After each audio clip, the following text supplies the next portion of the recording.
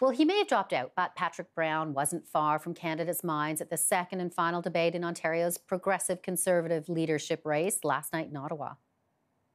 I have said this from the beginning of this campaign, that he deserves the right to clear his name. He has to take care of a few things, first of all. And then once I'm premier or leader, we'll sit down. Patrick Brown does not run for me. He will not be a candidate under my leadership.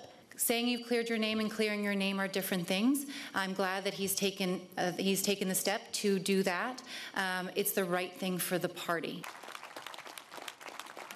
Candidates promised to tighten rules around riding nominations, fight sexual harassment, and make sure grassroots members are heard. To weigh in on all of this, we have Kevin O'Leary, chairman of O'Leary Financial Group and a former federal Conservative leadership candidate. And thank you very much for joining us. Great to be here. Thank you. So watching the debate, and we just heard Patrick Brown may not have been there, but he was there. What are your thoughts? I also watched the debate, and I have to admit I've caught the political bug, so I'm pretty wired into what's going on out there, because a lot of the people working for the candidates worked for me in my leadership attempt. But here's what I think is important to realize. The amount of excitement in this contest exceeds what we were able to generate in the early days of the federal contest, because we had 14 candidates. They have a very small group here, so the debates are relevant.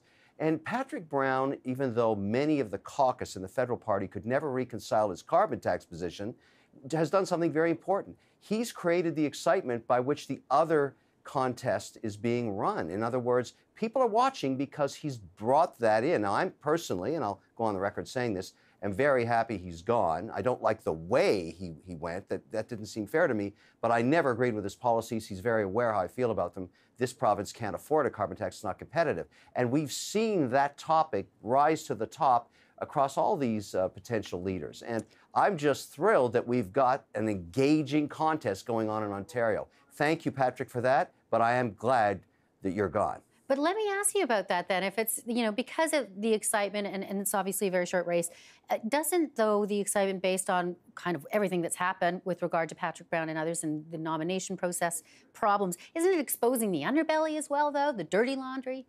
It's important that we shine transparency on the dirty laundry. It was alleged that Patrick Brown bought up to 30,000 votes from various ethnic communities. And when you do that, even though it was legal, they don't know who you are, they don't know your mandate, they don't vote for you because they forgot your name. And I think that's what hurt him ultimately. So you can't buy your way in. You've got to create the groundswell yourself. But you've got to remember something. This is a unique race. It's only weeks away till we vote, and I'm certainly a registered member. I'll be voting. But they're not trying to sign new members in this race. There's not enough time. They're trying to get the existing constituencies to vote for them. And I think we're getting a very, very viable debate going on here. Last night, I would have to say, if I was just looking at it as I would have to say it was neck and neck between Ford and Elliott. I didn't feel Mulroney was on her best last night. She is an eloquent speaker, but I didn't see it last night. These things matter when you've got the voting constituencies, such a small number of them, watching every move. So we'll see how she goes forward, but I would put her at number 3 now with a neck-and-neck race with Ford and Elliott. Interesting. And do you think because of the time constraint, this short run for leadership, do you think that that's helped or hindered just in terms of these guys having to get ready? This helps.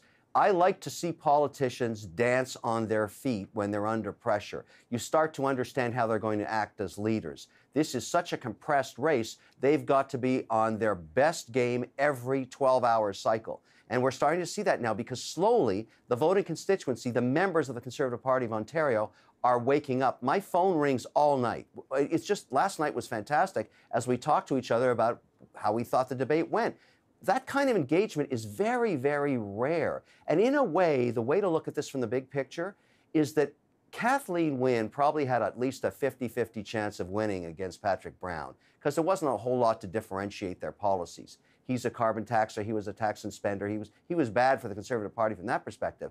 Now she's got problems. With her polls somewhere between 12.5% to 15%, any of these leaders could give her a serious run. And if I were in her caucus now, I'd be worried. And I'm going to be really excited about this contest. This provincial election is going to be one of the most exciting we've ever had in Ontario. And I think it's going to be pro-business versus bad management. And I think that's a great debate to have. Well, we'll be watching. Kevin O'Leary, thanks so much for joining us. Take care. Thank you.